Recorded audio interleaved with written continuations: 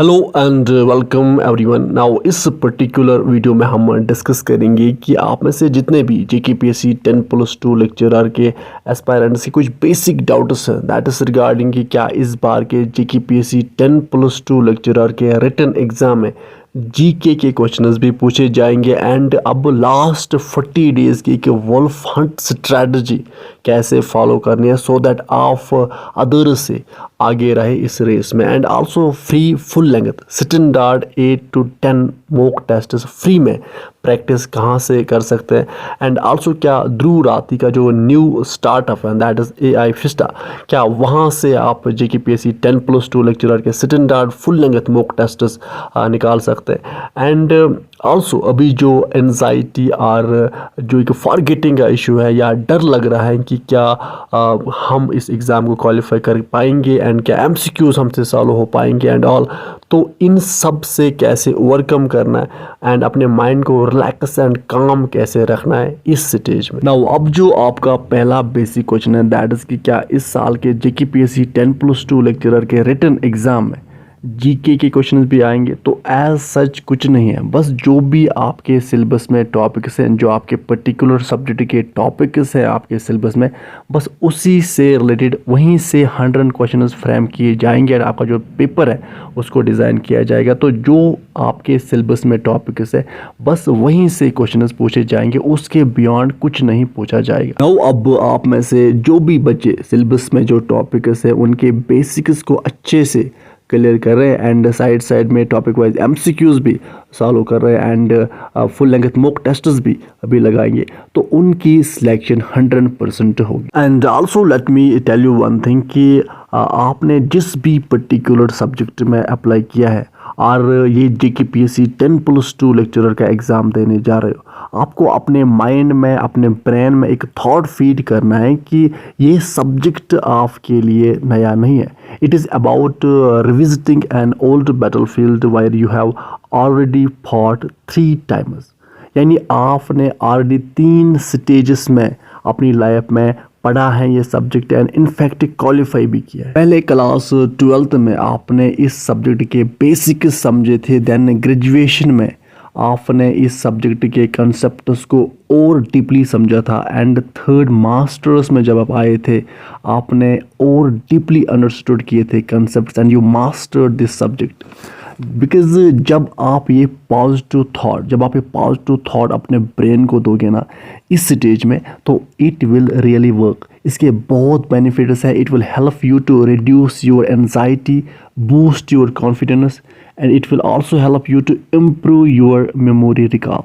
It will help you to increase your focus and concentration and finally make your brain calm and more confident. And also ये जो अभी आप JKPSC 10+2 lecturer की तैयारी कर रहे हो ना, एक्चुअली ये आप 4th टाइम इस सब्जेक्ट को पढ़ रहे हो। आपने ऑलरेडी इनफैक्ट आपने कभी नेट JRF और सेट की भी तैयारी की होगी, तब भी आपने ये सब्जेक्ट पढ़ा होगा। तो ये पॉजिटिव थॉट आपको अपने माइंड को देना है कि ये सब्जेक्ट मेरे लिए नया नहीं है। नो डाउट इस बार के JKPSC 10+2 लेक्चरर का सिलेबस लेंथ है, बट इतना मैं गारंटी के साथ बोल सकता हूँ कि अगर आपके सिलेबस में कोई ऐसा टॉपिक है जो अभी आपने कवर नहीं किया होगा बट कहीं आपने उसको ग्रेजुएशन और मास्टर्स में पढ़ा था, तो अगर हम उस टॉपिक पे कोई भी MCQ आपको अभी देंगे तो आपके माइंड में आंसर ज़रूर से ट्राई करेगा। बिकॉज क्वेश्चन में कुछ ऐसे कीवर्ड्स होंगे जो आपको हिंट प्रोवाइड करेंगे एंड देन जो मेमोरी ट्रेसेस रहे होंगे। बिकॉज जब भी हम कुछ स्टडी करते हैं तो हमारे ब्रेन का part that is called hippocampus and neural network उस इंफॉर्मेशन को एनकोड करती है एंड हमारा ब्रेन जो भी हम पढ़ते हैं उसको एरेज नहीं करता है बट डीप मेमोरी में हाइड करता है। एंड जब भी क्वेश्चन में और MCQ में आपको हिंट्स मिलते हैं तो आपका ब्रेन अनलॉक करता है डीप मेमोरी को and it is called retrieval from the long term memory. So कहने का मतलब ये है कि आपने इस सब्जेक्ट को ऑलरेडी 12th में, ग्रेजुएशन में, मास्टर्स में पढ़ के रखा है एंड अभी जो आप JKPSC 10+2 लेक्चरर का सिलेबस पढ़ रहे हो आपको सिर्फ काम करना है कि जो सिलेबस में गिवन टॉपिक्स है इनके बेसिक्स को कवर करना है एंड साइड साइड में एमसीक्यूज लगाने हैं। That is it. आप इस सब्जेक्ट के चैंपियन हो, आप डेफिनेटली क्वालिफाई करोगे, आपको नॉलेज है इस सब्जेक्ट के बारे में। सो ये थॉट प्रोसेस आपको रखनी है एंड ये सोचना है कि इस सब्जेक्ट के टॉपिक्स पे जो भी एमसीक्यूज आएंगे एग्जाम में आप उनको आराम से हैंडल करोगे। सो अभी पैनिक होने की बिल्कुल भी ज़रूरत नहीं है। अपने आप एक सेल्फ बिलीफ क्रिएट करना है इस स्टेज में, बिकॉज अगर आप इस स्टेज में आपने हिम्मत रखी और आपने अपना बेस्ट दिया इन लास्ट 40 डेज़ में तो आप डेफिनेटली इस एग्ज़ाम को क्वालिफाई करोगे।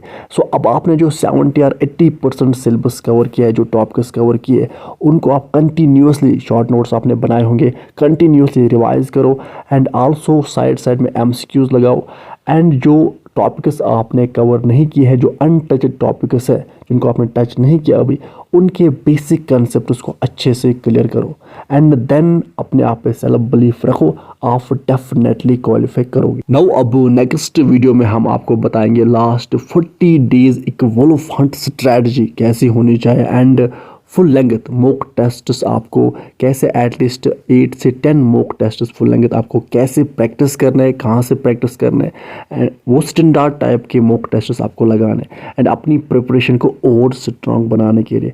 तो अब आप अभी रिलैक्स रहो, अपने आप पे ट्रस्ट रखो एंड पूरे फोकस, डिसिप्लिन, कंसिस्टेंसी के साथ अपनी प्रिपरेशन कंटिन्यू रखो। जो टॉपिक्स आपने कवर नहीं किए अभी उनको आप आराम से रिलैक्स होकर कवर करो एंड साइड में जो आपने टॉपिक्स कवर किए हैं 70-80% सिलेबस कवर किया होगा उनको रिवाइज करो डेली बेसिस पे एंड उन पे एमसीक्यूज लगाओ एंड अपने माइंड में आप एक चीज़ रखो कि ये जो एग्ज़ाम है ये आप अच्छे पॉइंट से डेफिनेटली क्वालिफाई करोगे। नाउ विद दिस हम इस सेशन को करते हैं कंप्लीट। आप अच्छे से पढ़ाई कीजिए, अपने पेरेंट्स का ख्याल अच्छे से रखिए। Good bye.